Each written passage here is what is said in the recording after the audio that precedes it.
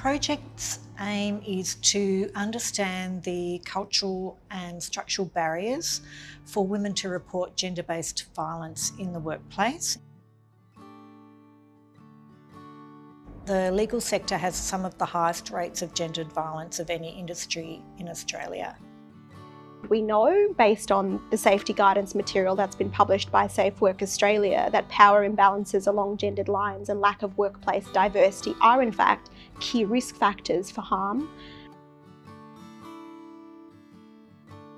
So when we talk about managing work-related gendered violence as a safety hazard, it's important for us to understand that the primary obligation for managing that as a hazard does in fact fall on legal employers. So part of the work of the project is to assist them to look at their structures, their policies, their practices, and particularly their culture to promote equality and respect, thinking more broadly about risks and management of risk within their workplace.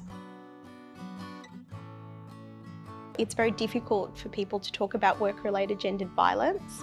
No law firm wants to imagine that it is actually occurring in their own workplace.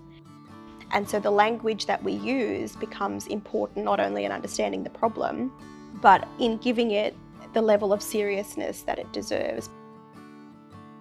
Gendered violence includes a number of behaviours that wouldn't necessarily be considered sexual harassment. So we have had to take a step-by-step approach in introducing both the terminology around work-related gendered violence, but also broadening the concepts and the types of behaviour that they need to consider when they're doing their risk management. This is a new way to think about occupational health and safety. So we see this project very much as the beginning of long-term work within the legal sector, and we need to take it to the next level to ensure that workplaces step up and start addressing inequality in their law firms.